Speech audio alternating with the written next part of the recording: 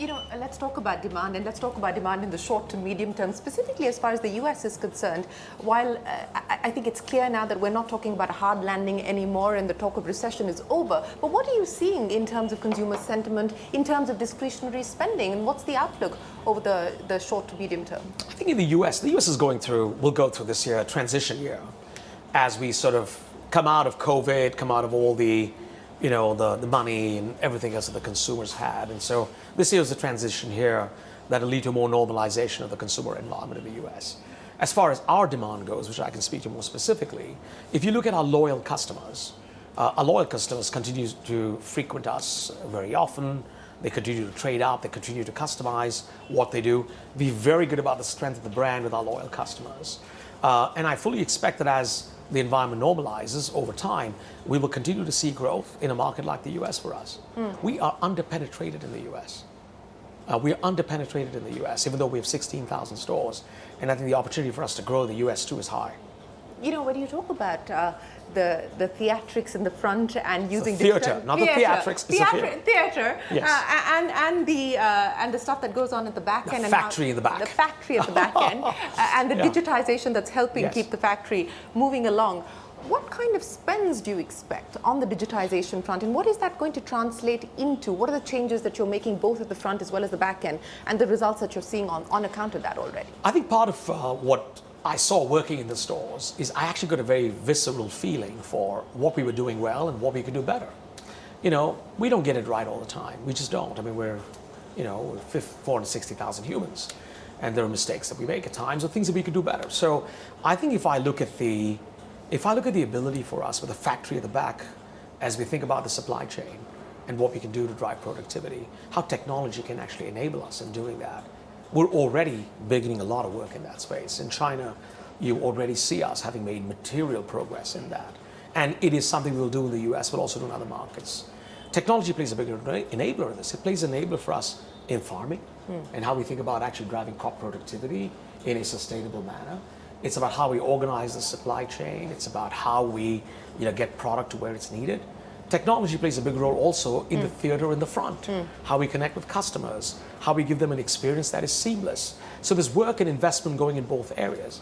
And the best way to think of it is that we need to take away money from things that don't create a lot of value and put a lot more money into things that could, very simply put. So where are you taking the money out of? Well, for example, on the supply chain side, we see a lot of potential for us to be far better at what we do, how we buy, what we buy, how we flow, how we ensure products are available, the inventory that we have in various places, improvements that we can make there. That tees up money, and that helps us actually make investments, including in areas like technology. But even in technology, there are things that we can do differently. There are savings that we can get in terms of, how we actually take money away from run and put more money into innovate. And we're working through the architecture, the investments we make at the app layer, how we bring AI into the equation. We built an AI platform for the last 5 years. We call it Deep Brew, that actually powers a lot of what we do at Starbucks. And it's a artificial intelligence machine learning platform. With Gen AI coming in, that's going to get powered up even more. So I think we have the ability with technology to really support the growth ambitions of the business. You saw us make an announcement of a partnership with Microsoft, a partnership with Apple for some of the Apple products that we use, as well as a partnership with Amazon for some of the payment systems that we have for the US. So I think those are things that we're using anyway, but the thought very much is that technology can play a big enabler in how we make our factory at the back better, while really enabling the theater at the front. You talked about the legacy of the past 50 years, and you talked about how the brand is going to evolve. In terms of where you see the brand and its positioning, how much of that do you believe is likely to change, given the dynamics that are changing in the marketplace? You've now got artisanal brands, you've got VC-funded, a whole plethora of brands, including here in India. Where do you see Starbucks fitting in? How do you see the brand positioning changing, if at all? So first of all, the brand is iconic because of the fact that what it stands for is in some ways timeless. When you stand for human connection, it's timeless. And so there's different manifestation of how this brand can appear, right? We have a Starbucks Reserve brand that actually plays at the higher end and provides a very different set of experiences. Is that going to be a priority in terms of growth and accelerating the expansion on that front? I don't think it's a priority for growth per se, but it's clearly a priority for us in terms of how we set the brand, the experiences that it provides. We have one reserve store in India right now in Fort in Bombay. We're going to open a second next year. If you look at the US, we have the Roastery, which is a destination for experiences that we provide. So beyond the brand, which is a timeless positioning, clearly what we do with innovation, how we digitally connect with customers, how we ensure that we deliver a consistent experience worldwide, there's still so much headroom. I understand that there'll be others that come in that may have a different proposition, but what I think about very much is how do we scale this? And how do we do this at scale in the 38,000 or 55,000 stores we have worldwide? If we did it more consistently, the opportunities are even more apparent to us.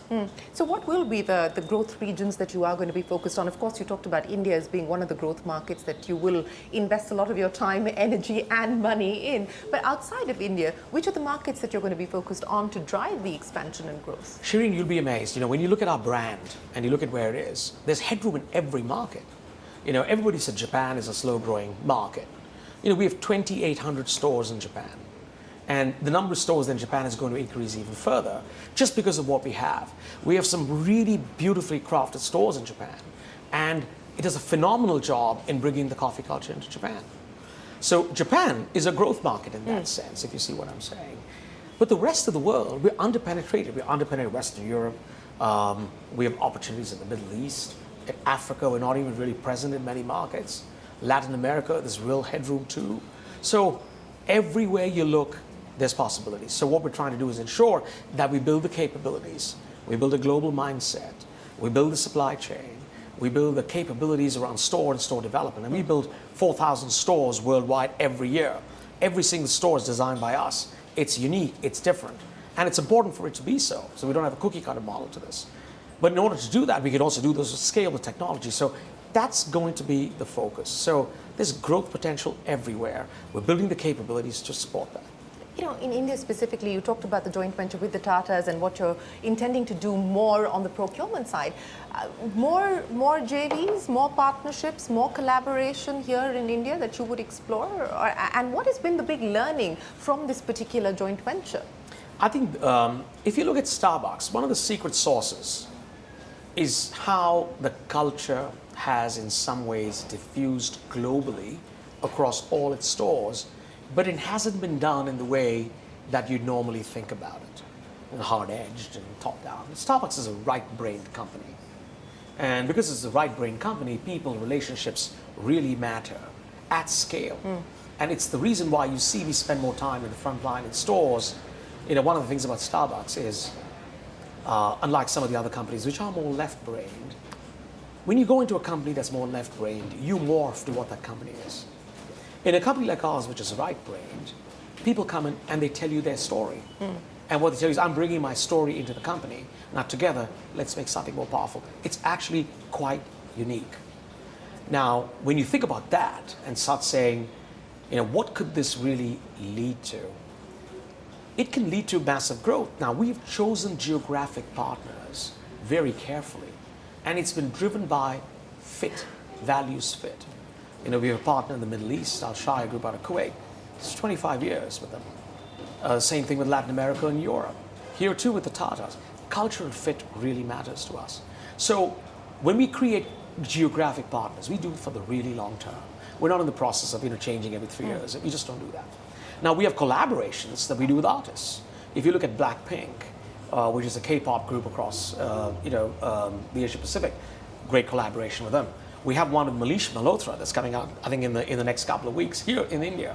And I think you'll see us play more of those as we think about going into lifestyle, what we do. We did something in Milan with the Milan Fashion Show. We've done. Are you likely to be much more of a lifestyle company going forward, or much more of a lifestyle brand going forward? This brand, when you talk about human connection, it's a brand that it can actually appeal to a lot. And it really is a kindness, joy-driven brand. It's not driven by all this crap that you read on social media, the disinformation and all of it that exists. It is genuinely built around this idea of human connection. So you can see us elevate the brand, and you can see us where it goes. We just did a partnership with Oprah Winfrey around the idea of the color purple, which we launched over Christmas. That's what this brand is about. We're trying to bring human connection to bear, and we'll use that in a way through various interpretations of it in terms of what the brand could be. You know, I heard you ask your team here to give you advice. What do they have to say to you? Well, first of all, they wanted me to work more with them, which is great, thank you, and I intend to do that, and I like that. They gave me some ideas around sizing, around what we could do to make our products more accessible. You know, we've launched Pico, which is a size in India for the first time, and actually it's one that I think people can try our products and get into the brand, so to speak, in a more accessible manner. I've had other feedback around, and this really shows me the ambition of young India. The ambition of young India is remarkable. There are, 40% of our baristas are women. We have women-only stores. And when I look at the worker participation of women in India, it's really an opportunity. No feedback on the chai latte? I think, well, there was a lot of feedback on the chai latte. I even saw the Spider-Man movie where they put that in the script. I'm like, really? Well, Laxman, it's been an absolute pleasure. Many thanks for joining us. We wish you the very best of luck here in India and, of course, with Starbucks globally. Look forward to seeing more of you back home. Wonderful. Thank you so much. And thank you for coming here to my hometown. My pleasure. And really, this is my hood. It is your hood, and it's good to be here in your hood experiencing Starbucks with you. Thanks very much for your time. Thank you, Shereen. Thank you That's for coming. a wrap on this edition of Global Dialogue from all of us here on the team. For now, goodbye, and thanks very much for watching.